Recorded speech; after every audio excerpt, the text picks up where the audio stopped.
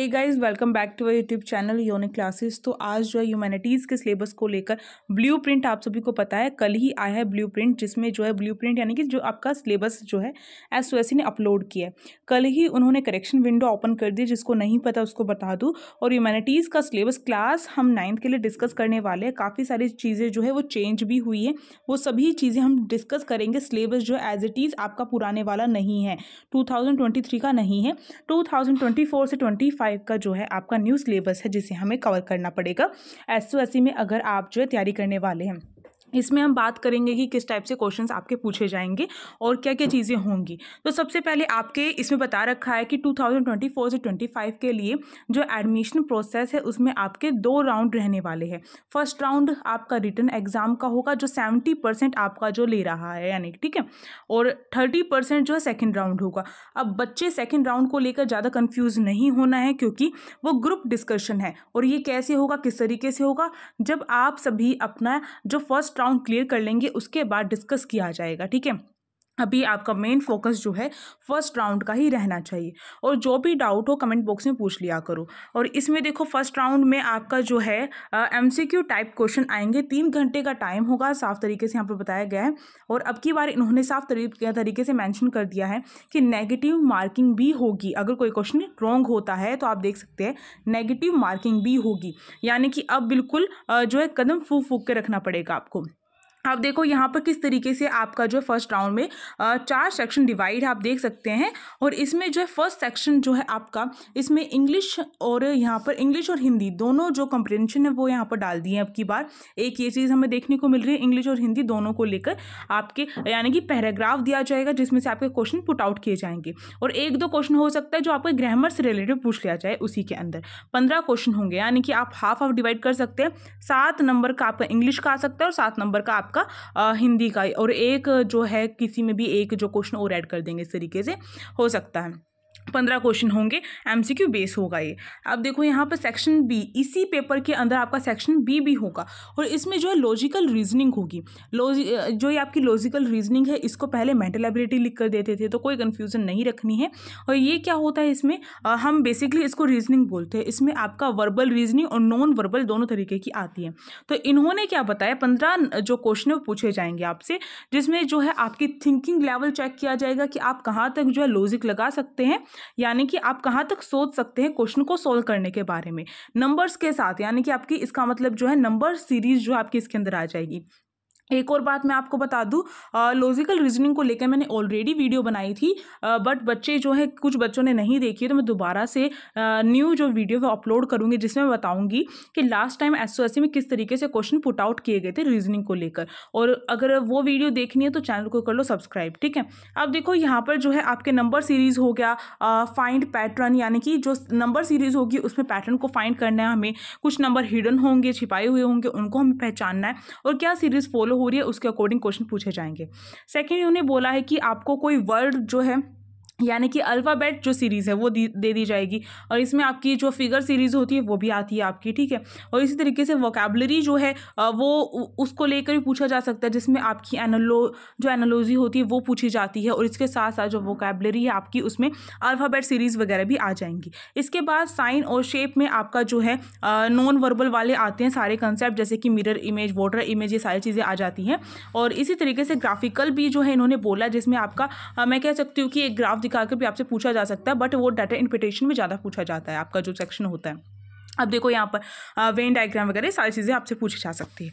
अब अगर मैं आपसे बात करूँ कि हमने जो है क्लासेस स्टार्ट की हुई हैं, पेड क्लासेस, और ये जो है अभी फ़िलहाल जनवरी में 600 रुपये की है, और अभी फ़िलहाल दिसंबर में ये आपकी 600 रुपये की है, और जनवरी में जो है आपकी ये कितने की हो जाएंगी, 800 की हो जाएंगी। तो अगर आपने अभी तक पे नहीं किया तो करके आप ज्वाइन कर सकते हैं, जिसमें आपको पूरा सिलेबस कवर होगा। इसके साथ साथ प्रीवियस क्वेश्चन पेपर भी डिस्कस किया जाएगा उसमें, ठीक है। और कहीं नहीं मिलेगा प्रीवियस क्वेश्चन पेपर। अब देखो यहाँ पर बात आती है आपकी जो इसमें लॉजिकल यहाँ बताया कि एक पैटर्न होगा और वो चेंज होगा, उसी के अकॉर्डिंग आपसे क्वेश्चन पूछे जा सकते हैं। और इसको और डिटेल में हम डिस्कस करेंगे जो न्यू वीडियो आएगी उसके अंदर रीजनिंग की। अब देखो डाटा इंटरप्रिटेशन भी जो है हम एक अलग वीडियो में ही समझेंगे। थर्ड सेक्शन आपका डाटा इंटरप्रिटेशन है, 15 क्वेश्चन आएंगे आपके। अब इन्होंने ये नहीं बताया कि एक क्वेश्चन कितने नंबर का होगा फिलहाल यहाँ पर, तो इसमें जो है कुछ ऐसा होता है, हमें जो है ग्राफ वगैरह बनाकर दे दिए जाते हैं, फिर हमसे पूछा जाता है, या फिर पाई चार्ट वगैरह बनाकर दे दिया जाता है, फिर हमसे पूछा जाता है। मीन मोड मीडियन वगैरह जो है ये चीज़ें इसमें जो है इंक्लूड होती हैं। तो ये सारी चीज़ें हमें कवर करनी होती है इसमें। तो इसको लेकर हम एक जो सेपरेट वीडियो अगर आप सभी कहेंगे तो मैं बना दूंगी। अब मेन बात जो है सेक्शन डी तो बिल्कुल यहाँ पर हम कह सकते हैं कि मोस्टली चीज़ें चेंज कर दी गई है। लास्ट टाइम जो है हमारे जैसे नेशनल मूवमेंट थे, और हमारे जो अगर हम देखें तो जो हमारी प्रकृति से रिलेटेड जो आंदोलन है वो भी थे। तो ये जो सारी चीज़ें थी वो तो इन्होंने हटाई दी है। अब बच्चे सोच रहे हैं कि नेशनल मूवमेंट भी यहाँ पर जो है हट गया, बट ऐसी बात नहीं है। जब हम देखते हैं 1847 का, या फिर मैं कह सकती हूँ 1857 से लेकर आपका 1947 तक का जितना भी दे रखा है सब कुछ आपका इसी के अंदर इंक्लूड हो जाएगा। यानी कि इसमें 1857 का रिवोल्ट भी आएगा आपका, 1947 तक जो भी चीज़ें हुई यानी कि हिस्ट्री के स्टार्टिंग के जो चैप्टर्स हैं आपके वो सारे के सारे कवर हो रहे हैं। तो ये बात आपको ध्यान रखनी है, जहाँ तक 1947 के बारे में बातें की गई है हिस्ट्री में तो वो सारे के सारे चैप्टर कवर हो रहे हैं। अब कोई भी बच्चा मुझसे ये ना पूछे कि मैम क्लास 8th का पढ़ना है या फिर क्लास 9th का पढ़ना है। अगर वो बच्चा मुझसे ये पूछेगा तो मैं उसको यही कहूँगी कि क्लास 8th और 9th छोड़ो और क्लास 10th पढ़ो। क्यों? क्योंकि आप इतना एक्स्ट्रा माइंड यूज़ कर रहे हो। क्योंकि यहाँ पर साफ तौर पर आपको दिखाई दे रहा है, कोई बुद्धू ही बच्चा होगा जिसे ये पहचान में नहीं आ रहा होगा कि ये एज इट इज़ नाम तो हमारे चैप्टर्स के हैं, है ना। तो ये बात उन सभी बच्चों के लिए जो बच्चे अपना ज़्यादा एक्स्ट्रा माइंड जो है यूज़ कर रहे हैं। अब देखो यहाँ पर इसमें मैंने अच्छे से आपको बता दिया कि हिस्ट्री के कौन कौन से चैप्टर आपके इंक्लूड हो जाएंगे, स्टार्टिंग के चैप्टर्स करने होंगे आपको, ठीक है। अब देखो यहाँ पर सबसे ऊपर देखते हैं लॉ एंड सोशल जस्टिस। ये जो है आपका सिविक्स का चैप्टर नंबर आपका कौन सा है? 10 है, ठीक है। अभी फिलहाल मेरे पास जो बुक है उसमें चैप्टर नंबर 10 है। आपको अपनी सिविक्स की बुक खोलनी है, उसमें देखना है चैप्टर कौन सा है। लॉ एंड जस्टिस जिसे जो है ये हो जाएगा आपका कानून और सामाजिक न्याय। इसमें जो है आपका जो जस्टिस है उससे रिलेटेड क्वेश्चन पूछे जाएंगे, लॉ से रिलेटेड क्वेश्चन पूछे जाएंगे, और आपके जो भी घुमा फिरा के क्वेश्चन पूछे जाते हैं कि किस तरीके से कोई सिचुएशन दे देंगे आपको कि एक श्रमिक है और या फिर एक वर्कर है, वो इस तरीके से काम कर रहा है और उसको उसके जो घंटे पूरे नहीं हो रहे हैं जितने होने चाहिए थे, उससे एक्स्ट्रा काम करवा रहे हैं, तो यहाँ पर किस तरीके से लागू हो, किसी भी तरीके से पूछा जा सकता है, मतलब कि एक सिचुएशन देकर आपसे। तो इस तरीके से क्वेश्चन यहाँ पूछने की पूरी संभावना है, और वो क्वेश्चन मैं आपको करवाऊंगी पेड क्लासेस में। पूरे अच्छे तरीके से आपका डोमेन का जो सिलेबस है कवर होने वाला है, और रीजनिंग भी कवर होने वाली है, यानी कि आपका जो ह्यूमैनिटीज़ है वो कवर हो जाए केवल 600 रुपये में फिलहाल। अब देखो why do we need parliament, यानी कि हमें पार्लियामेंट की क्यों ज़रूरत होती है। तो ये आप सभी को पता होगा कि आपका कौन सा चैप्टर है। मुझे फटाफट से नाम बताओ कि आपका सिविक्स का कौन सा चैप्टर है। जो बच्चा अभी तक ये नहीं पहचान पा रहा है कि ये चैप्टर हमारे सिविक्स के हैं, हिस्ट्री के हैं, तो वो बच्चा, मैं आपको बता दूँ, वो बच्चा अभी बहुत पीछे चल रहा है। अब देखो ये why do we need parliament, यानी कि हमें संसद की ज़रूरत क्यों होती है। तो इसमें ये जो है सिविक्स का चैप्टर नंबर आपका 3 है, ठीक है। और अपनी बुक खोलो और देखो, क्योंकि बहुत सारे चैप्टर्स डिलीट भी कर दिए गए ना, उस अकॉर्डिंग आपने अपना जो बुक है वो अलग वाली ले रखी हो सकता है। तो देखो इसमें जो है आपको इसमें पार्लियामेंट की एक तो फीचर्स वगैरह पता होने चाहिए हमें कि क्यों ज़रूरत होती है, क्यों नीड होती है। सबसे पहले तो यही क्वेश्चन हमारा सॉल्व होना चाहिए।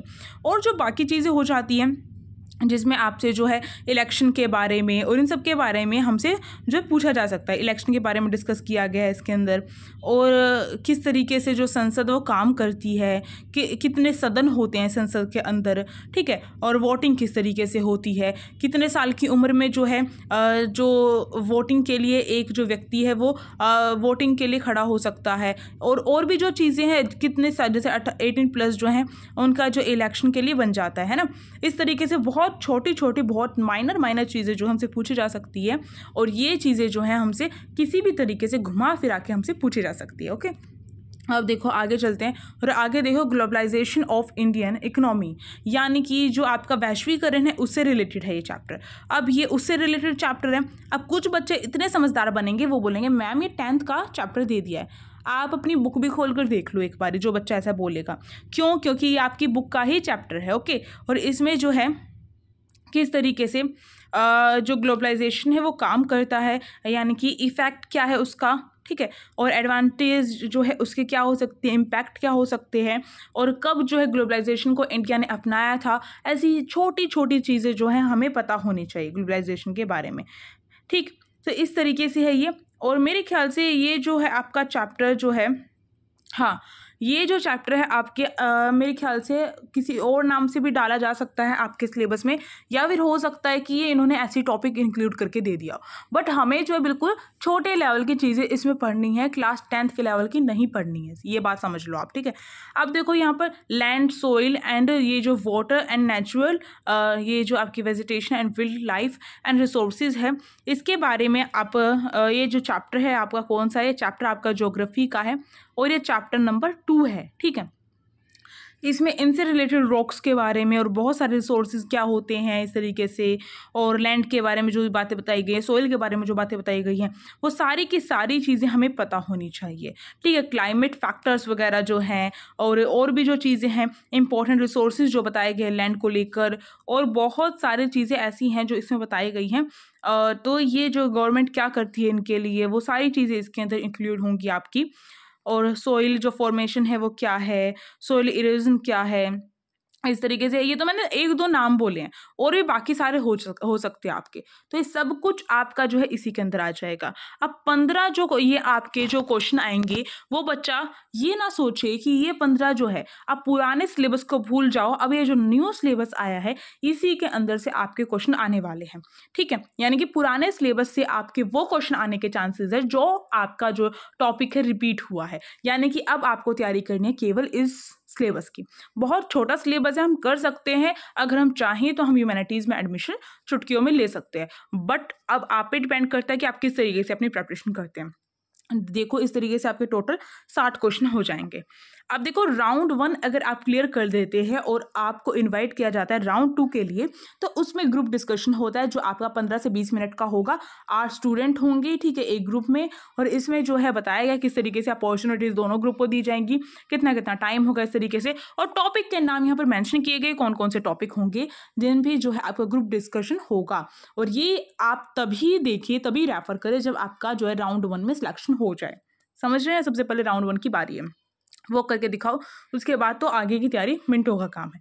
अब मिलते हैं जो आपकी नेक्स्ट जो भी क्लासेस होंगी। अगर ह्यूमैनिटीज़ की क्लास चाहते हो तो फटाफट मुझे कमेंट बॉक्स में बताओ कि ह्यूमैनिटीज़ की क्लास लेकर आऊँ, और इसके साथ साथ आप सभी ज्वाइन कर सकते हैं। मैं फिर से कहूँगी पेड क्लासेस ज्वाइन करने में आप ही का फ़ायदा है। एनसीईआरटी नोट्स मिल रहे हैं आपको जो सिलेबस है वो कवर होगा, आपका रिकॉर्डेड क्लास मिल रही है, आपके डाउट क्लियर होंगे पर्सनली, और इसके साथ साथ जो है MCQ टेस्ट, MCQs की प्रैक्टिस होगी, और ढेरों सारे MCQs मिल सकते हैं आपको। अब जो है हम मिलेंगे नेक्स्ट क्लास में। Thank you for watching this video. और कहीं पर भी कोई भी दिक्कत हो तो मुझसे आप संपर्क कर सकते हैं। हाँ भाई, मुझसे बात कर सकते हैं इंस्टाग्राम पर, ठीक है, यूनिक क्लासेस के नाम से आईडी है, और इसी के साथ टेलीग्राम ग्रुप को भी ज्वाइन कर लीजिए लेटेस्ट अपडेट पाने के लिए। और सबसे पहले हमारे चैनल पर ही आपको ऐसी इन्फॉर्मेशन मिलती है, इसलिए सब्सक्राइब भी कर लीजिए। ये तो आप कल जान ही गए होंगे। Thank you.